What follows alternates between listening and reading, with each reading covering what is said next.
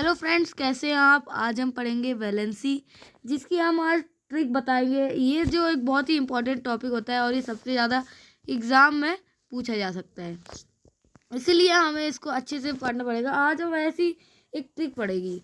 तो हमारे जो नील बोहर थे, उनने एक थ्योरी दी वैलेंसी या फिर एटम्स के ऊपर।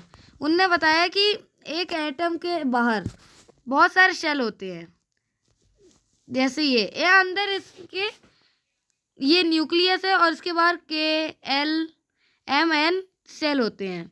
तो ये इसके बाहर जो होता है, ये 2 होते हैं सेल, उसके बाहर होते हैं 8, उसके बाद तीसरे सेल में भी 8 ही होते हैं।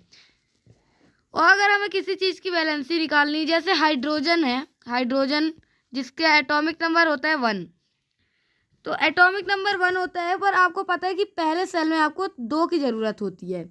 तो या तो हाइड्रोजन अपना एक एटम लूज कर ले और या तो एक गेन कर ले, एक इलेक्ट्रॉन, तो फिर हाइड्रोजन की वैलेंसी हो जाएगी 1।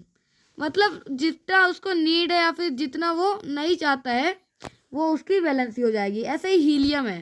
हीलियम एक नोबल गैस क्यों कही जाती है? क्योंकि इसकी वैलेंसी नहीं होती है, क्योंकि इसका एटॉमिक नंबर 2 होता है और पहले सेल में 2 ही चाहिए होते, तो इसको कोई रिक्वायरमेंट नहीं होती है, इसलिए ये एक नोबल गैस होती है। फिर हमारा आता है हाइड्रोजन, हीलियम, लिथियम। लिथियम का होता है 3। तो आपको पता है कि पहले सेल में होता है 2 आते हैं, दूसरे में 8 आते हैं, इसलिए ये अपना पहला सेल तो 2 में कर लेगा ख़त्म। तीसरे अब जो इसका दूसरा सेल होगा, उसमें 8 आने चाहिए, पर इसके बाद 1 ही है।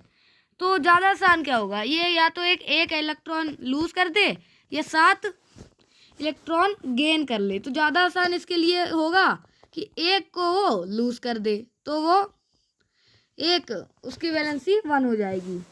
ऐसे ही हम किसी भी चीज़ का निकाल सकते हैं। जैसे हमारा 4 है, hydrogen, helium, lithium, beryllium. Beryllium का सिंबल BE होता है और एटॉमिक नंबर 4 होता है।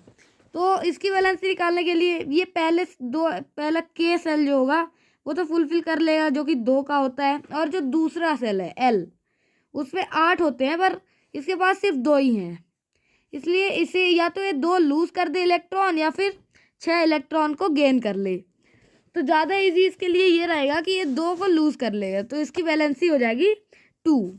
इसके बाद लास्ट हम एग्जांपल लेते हैं। हमारे मान लीजिए एल्यूमिनियम। एल्यूमिनियम Al जिसका सिंबल होता है 13 एटॉमिक नंबर।